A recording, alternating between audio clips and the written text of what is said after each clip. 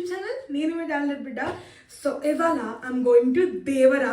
To be honest నాకు movie మీద పెద్ద ఎక్స్పెక్టేషన్స్ లేవు, but the reason I'm going to theatre is NTR number 1, number 2 Koratala Siva, number 3 Anirudh, and number 4 Janvi Kapoor. NTR is like one of the best actors of this generation, no good lie.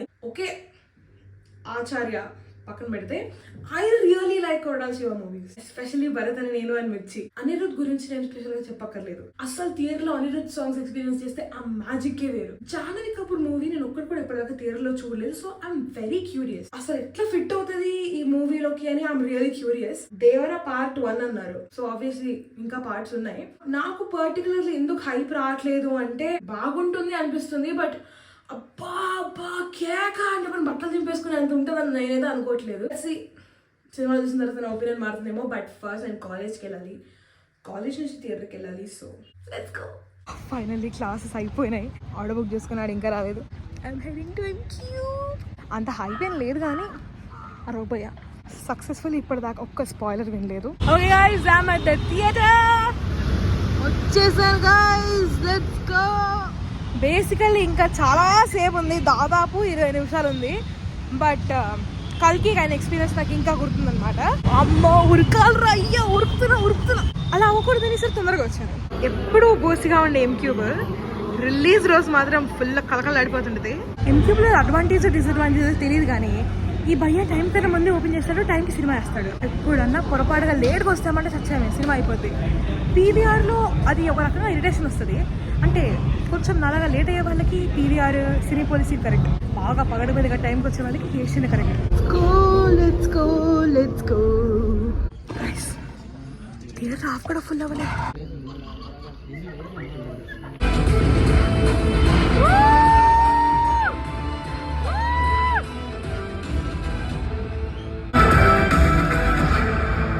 Interval నాకు ఎట్లా అనిపిస్తుంది? Super ఉంది. Super ఉందా? Twist super. నేను చాలా emotional గా చూసినా కానీ అక్కడ ప్రస్తుతానికి అయితే ఇంటర్వెల్. లైట్ సెటప్ కానీ కల్చరల్ పాయింట్స్ కానీ కల్చరల్ ఎలిమెంట్స్ కానీ పెట్టి తీశారు కదా, అది బాగుంది. ఇంకా ఏదో లాకింగ్ ఈ సినిమాలో అన్న ఫీలింగ్ ఉంది నాకు. ఎక్స్పెక్ట్ చేసే వచ్చాను యాక్షన్ సీక్వెన్స్ మినిమం ఉంటుందని. ఇంటర్వెల్ ముందు ఫైట్, ఎస్పెషల్లీ ఆ షార్ట్ కోసమే వచ్చాను నేను. ఆ ఫైట్ ఐ వాస్ వెయిటింగ్, ఎప్పుడు వస్తుంది షార్ట్ ఫైనల్లీ. ఇంటర్వెల్ దాకా అయితే ఇట్ వాస్ ఓకే, గుడ్. నాకు అంత తోపుతులు అని ఏం అనిపించలేదు. 1 టైం వాచ్ టైప్స్ ఏ ఉంది అంతా. ఓయ్ బాబోయ్ మళ్ళీ ఈ సినిమా మిస్ అయిపోతే ఎట్రా బాబు అన్నంత ఏం లేదు. సో సెకండ్ హాఫ్ చూడాలి. ఇన్ కేస్ మీరు ఎప్పుడైనా ఎంక్యూబ్కి వస్తే there is a must try coffee. It's called hazelnut mocha. ఇక్కడికి వచ్చిన ప్రతిసారి అది తాగుతా.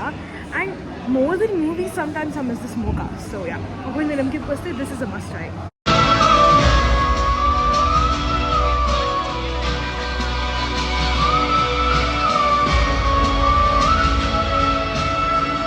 ఏది మన రివ్యూ ఏం చెప్పాలి అర్థం కావట్లేదు.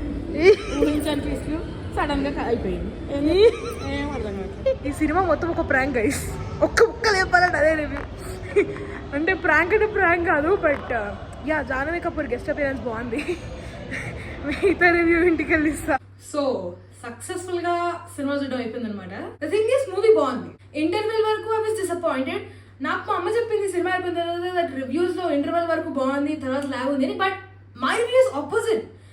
ఇంటర్వెల్ వరకు లైక్ క్యారెక్టర్స్ ఎస్టాబ్లిష్ చేయడానికి, స్టోరీ ఎస్టాబ్లిష్ చేయడానికి, అక్కడ కస్టమ్స్ అండ్ కల్చర్ ఎస్టాబ్లిష్ చేయడానికి, దానికి నాకు చాలా లాగ్ అనిపించింది. టు బి ఆనెస్ట్, చాలా కాదు బట్ లాగ్ అనిపించింది. సెకండ్ హాఫ్ లో ఏంటి అంటే ఆల్రెడీ ఎస్టాబ్లిష్ చేసిన పాయింట్స్ ఉన్నాయి కదా, నాకు అసలు అర్థం కాల. బికాస్ స్టోరీ ఎంత బాగుంటుందంటే ఆ పేస్ కానీ ఏది కానీ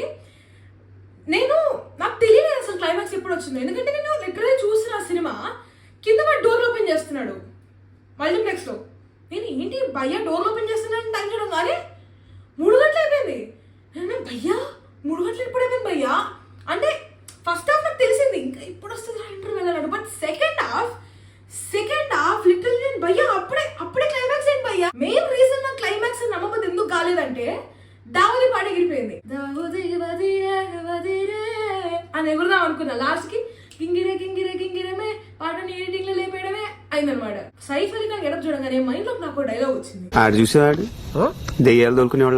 Jahnavi Kapoor cameo extraordinary. Exact half of dialogues పొంగిపోవాలి. ఏమని కాబట్టి చెప్పాలి, చుట్టమల్లి నాకు ముందు నచ్చలేదు, బట్ స్క్రీన్ మీద చుట్టమల్లి చూస్తుంటే అండ్ థియేటర్ లో ఆ ఆడియోకి బాగా సెట్ అయింది. సో థియేటర్ లో నాకు చుట్టమల్లి నచ్చింది. Coming to BGM, I swear to god it was so good. అసలు నాకు గుర్తున్నంత వరకు ఆల్మోస్ట్ అన్ని fight sequences are night time లో తీసినవి. So I'd say that's extraordinary because night time fight scenes అంత ఈజీ కాదు షూట్ చేయడం. అది మాత్రం టాప్ నాచ్. స్టార్టింగ్ ఒక ఫైట్ ఉంటది, అది మాత్రం లాగ్ అనిపించింది. ఊరి బ్యాక్గ్రౌండ్ అదంతా ఉంటుంది కదా, సో నాకు అది చాలా రిచ్ గా చాలా కల్చరల్ గా బాగా తీసాడు అనిపించింది. అది నాకు భయం వేసింది ఏంటంటే, సినిమా స్టార్టింగ్ లో కొండలు ఉంటాయి, ఊర్లు ఉంటాయి అనగానే అమ్మా మళ్ళీ ఆయన ధర్మస్థలి పాదగట్ట స్టైల్ ఏమైనా ప్లాన్ చేశాడని భయపడ్డా. ఫర్ రియల్ థ్యాంక్ఫుల్లీ నో, అలా లేదు. ఒకవేళ మీరు సినిమా చూడకపోయింటే నా డైలాగ్ అయిపోయిన తర్వాత 10 seconds స్కిప్ చేయండి. క్లైమాక్స్ నాకు నిజంగా బాహుబలిలాగా అనిపించింది. ఆ డైలాగ్ బిల్డప్ చేయడం కానీ, the kind of climax it is, ఆ కైండ్ ఆఫ్ క్లైమాక్స్ ఏదైతే ఉందో నాకు సేమ్ అలాగే అనిపించింది, డిట్టో డైలాగ్స్ తో సహా. Not exact copy, but yeah చాలా చాలా చాలా సిమిలర్ గా అనిపించింది. నాకు జస్ట్ మెన్షన్ చేయాలనిపించింది అంతే. నేను ఇంకా క్లైమాక్స్ లోనే ఉన్నాను. పార్ట్ 2 కోసం ఆబ్వియస్లీ వెయిట్ అయితే చేస్తున్నా. ఇంటర్వ్యూలో నేను ఎందుకంత డిసప్పాయింట్ అయిపోయి ఉన్నానంటే, బికాస్ ఇంటర్వ్యూ ఎలా వచ్చింది, ఎక్కడ ఆగింది అనే పాయింట్ మీద కాకుండా, ఐ మీన్ స్టోరీ బాగుంది, బట్ నాకు ఎక్కడో కనెక్ట్ అవ్వలేదు. నాకు సెకండ్ హాఫ్ కనెక్ట్ అయింది because of the face or maybe because first half లో ఎస్టాబ్లిష్ చేయడంలో మేజర్ ఫోకస్ ఉండిందని నాకు అనిపించింది. ఇక్కడ ఇలా ఉంటుంది, ఇక్కడ ఇలా జరుగుతుంది, సో ఇక్కడ ఇలా అయితే మంచిది, ఇక్కడ ఇలా అయితే చెడ్డది అని మనకి ఆ డిఫరెన్షియేషన్ చెప్పడానికి కొన్ని సీన్స్ ఎస్టాబ్లిష్ చేస్తారు కదా, అవి నాకు లాగ్ అనిపించాయి. సెకండ్ హాఫ్ లో అదే సీన్స్ మనకు మళ్ళీ చూపిస్తున్నప్పుడు ఆ సీన్ కానీ దాని ముందు వచ్చేది తర్వాత వచ్చేది కనెక్షన్ ఏదైతే ఉంటుందో అది మనకి జస్ట్ బికాస్ ఆల్రెడీ అది ఎలా ఉంటుందో తెలుసు కాబట్టి అక్కడ నాకు లాగా అనిపించలేదు. ఆబ్వియస్లీ తెలుసు అక్కడ ఏమవబోతుందో, బట్ అది చెప్పే విధానం కొత్తగా అనిపించింది నాకు. That is what I wanted from Koratala Shiva. మనం గెస్ట్ చేస్తాము ఓకే ఆబ్వియస్లీ ఇదే అవుతుందని చెప్పని, బట్ దాన్ని చూపించే విధానం బాగుంది. నాకు మెయిన్ గా స్టోరీ లైన్ నచ్చింది. 2 roles played by NTR. So ఆ 2 క్యారెక్టర్ బిల్డప్ ఎట్లా చేస్తాడనేది 2 బాగున్నాయి. I kind of felt second half was better. I rate this movie 8.5 on 10.